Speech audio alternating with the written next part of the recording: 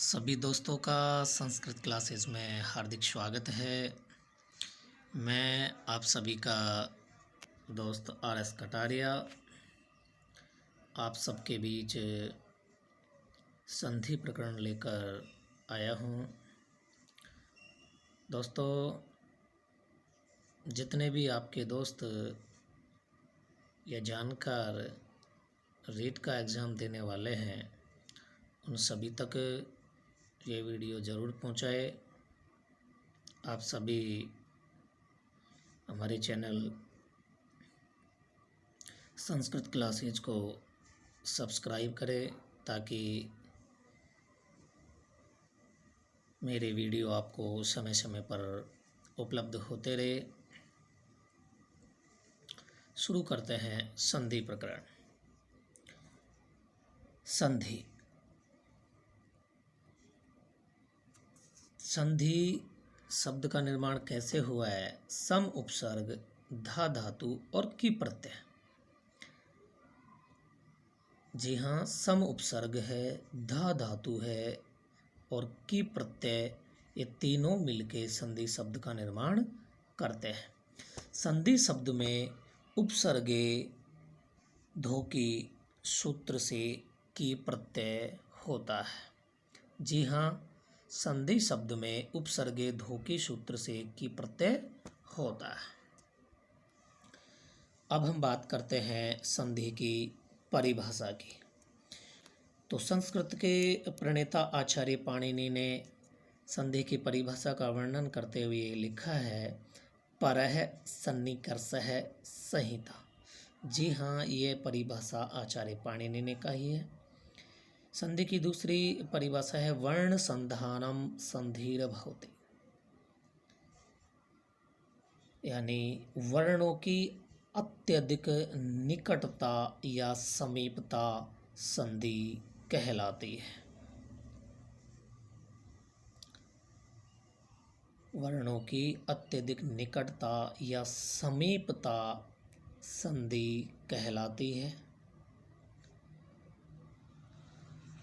अब हम संधि के भेदों के बारे में जानेंगे। मुख्यतः संधि त्रिधा भवति। जी हाँ दोस्तों, संधि मुख्य रूप से 3 प्रकार की होती है, अच संधि, हल संधि और विसर्ग संधि। अच संधि जिसको हम स्वर संधि भी कहते हैं, हल संधि जिसको हम व्यंजन संधि भी कहते हैं और तीसरी है विसर्ग संधि। सबसे पहले हम अच संधि का अध्ययन करेंगे। अच संधि चूँकि परिभाषा से संबंधित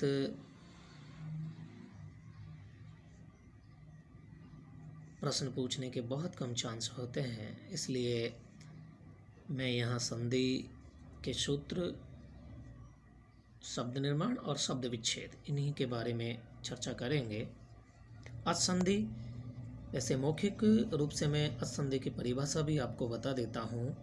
द्वयो स्वरियो मेलनेन यत् परिवर्तनम विकारम व उत्पद्यते तस्य नाम एव अच संधिर्भवति। जी हाँ दोस्तों, 2 स्वरों के मेल से जो परिवर्तन या विकार उत्पन्न होता है उसी को हम अच संधि कहते हैं या स्वर संधि कहते हैं।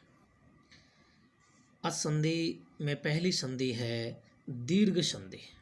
जी हाँ, अच संधि में पहली संधि दीर्घ संधि, जिसका सूत्र है अकः सवर्णे दीर्घः।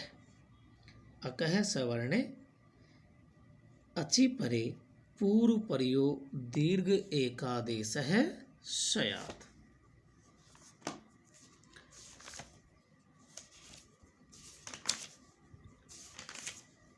अक से परे समान स्वर होने पर पूर्व और पर के स्थान पर दीर्घ एकादेश होता है।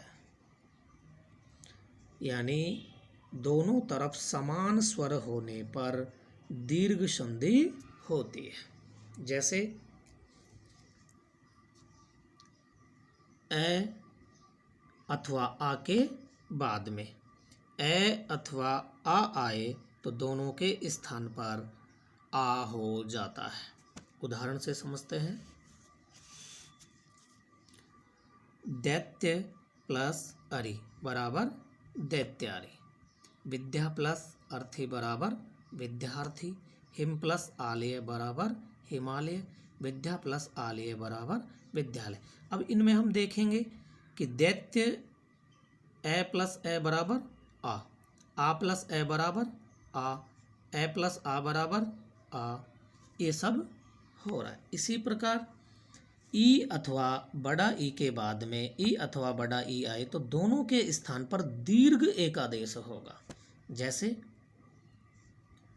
रवि प्लस इंद्र रविंद्र है। गिरी प्लस ईश है गिरीश है। श्री प्लस इंद्र है श्रींद्र है। श्री प्लस ईश है श्रीश है।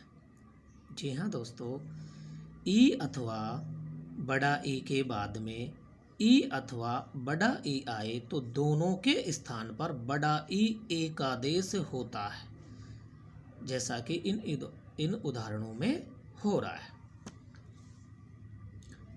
इसी सूत्र की व्याख्या में हम ऊ अथवा बड़ा ऊ के बाद में ऊ अथवा बड़ा ऊ आए तो दोनों के स्थान पर दीर्घ यानी बड़ा ऊ आदेश होता है। जैसे भानु प्लस उदय बराबर भानुदय। विष्णु प्लस उदय बराबर विष्णुदय। लघु प्लस उर्मी बराबर लघु उर्मी। वधु प्लस उत्साह बराबर वधुत्साह। चमु प्लस ऊर्जा बराबर चमु ऊर्जा। इसी सूत्र के अनुसार री अथवा बड़ा री के बाद में री अथवा बड़ा री आए तो दोनों के स्थान पर दीर्घ एकादेश होता है। जैसे पितृ प्लस ऋणम बराबर पितृणम। होत्र प्लस ऋकार बराबर होत्रिकार। पितृ प्लस ऋकार बराबर पितृकार। ये थी अच संधि की पहली संधि दीर्घ संधि।